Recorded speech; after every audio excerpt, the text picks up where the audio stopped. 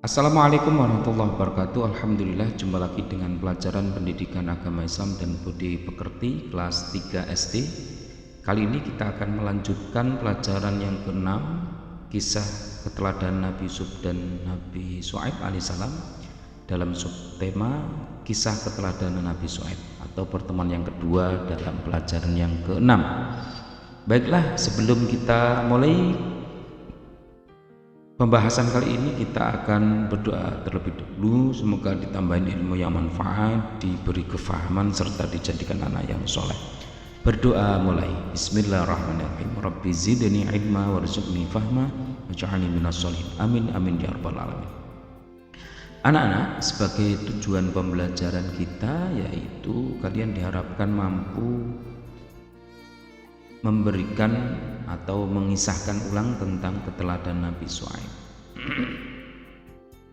Dalam episode kesesatan kaum Madian, Nabi Syuaib alaihissalam berasal dari suku Madian. Suku Madian adalah orang-orang Arab yang tinggal di sebuah daerah bernama Ma'an di pinggiran negeri Syam. Saat ini Syam dikenal sebagai negeri Syria. Kaum Madian kebanyakan bekerja sebagai pedagang karena kota mereka tempat persinggahan kafilah-kafilah dagang. Kaum Madian tidak beriman kepada Allah Subhanahu wa taala.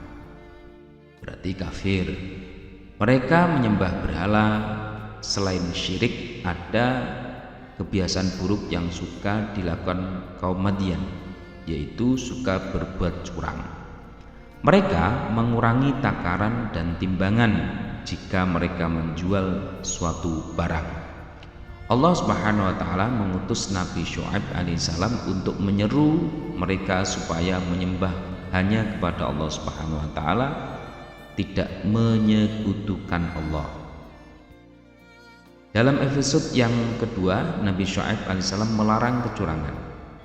Nabi Syuaib alaihissalam melarang mereka melakukan perbuatan-perbuatan yang buruk. Nabi Syuaib alaihissalam mengajak orang-orang Madian untuk berbuat adil dan jujur dalam berjual beli. Di dalam Al-Quran surah Hud ayat 85 dijelaskan bahwa Nabi Syuaib alaihissalam berkata kepada kaum Madian, yang artinya, wahai kaumku, penuhilah takaran dan timbangan dengan adil dan janganlah kamu merugikan manusia terhadap hak-hak mereka, dan jangan kamu membuat kejahatan di bumi dengan berbuat kerusakan. Nabi SAW mengingatkan kaumnya pada kenikmatan yang mereka dapatkan agar mereka bersyukur kepada Allah. Kaum Nabi Syuaib alaihissalam tetap tidak mau mengikuti ajakannya.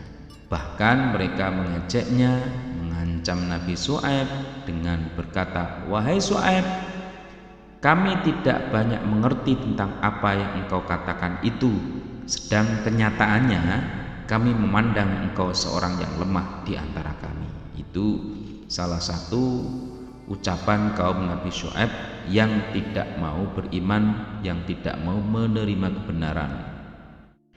Kalau tidak karena keluargamu, tentu kami telah menganiaya engkau, sedang engkau pun bukan seorang yang berpengaruh di lingkungan kami. Nabi Syuaib berkata, dan wahai kaumku, berbuatlah menurut kemampuanmu, sesungguhnya aku pun berbuat pula. Kelak kamu akan mengetahui siapa yang akan ditimpa azab yang menghinakan dan siapa yang berdusta. Dan tunggulah, sesungguhnya aku bersamamu adalah orang yang menunggu. Nah, dalam episode yang ketiga, kebinasaan kaum Madian, ketika Nabi Syuaib menyeru, mengajak untuk kaumnya berbuat taat kepada Allah, mengikuti aturan yang ada, tetapi mereka justru menolak, bahkan menghina Nabi Syuaib. Apa akibat dari perbuatan itu? Kaum Madian benar-benar ingkar. Kebenaran telah ditolak dan mereka menantang ajakan Nabi Syuaib alaihissalam. Sedangkan Nabi Syuaib alaihissalam telah bersabar.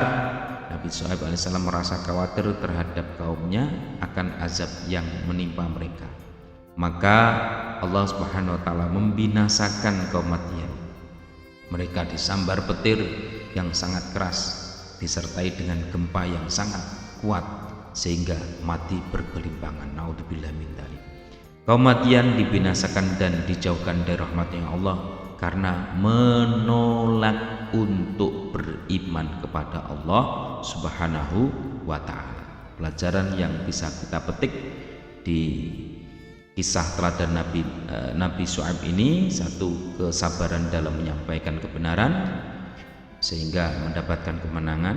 Di sisi lain, ketika kita menjadi orang yang suka membangkang, menolak kebenaran, akibat buruk yang akan kita terima. Oleh sebab itu, jadilah kaum yang taat, jadilah umat yang taat kepada Nabi kita. Semoga kita selalu dilindungi, dijaga oleh Allah Subhanahu wa taala. Sekian, terima kasih, semoga bermanfaat materi singkat kali ini. Wassalamualaikum warahmatullahi wabarakatuh.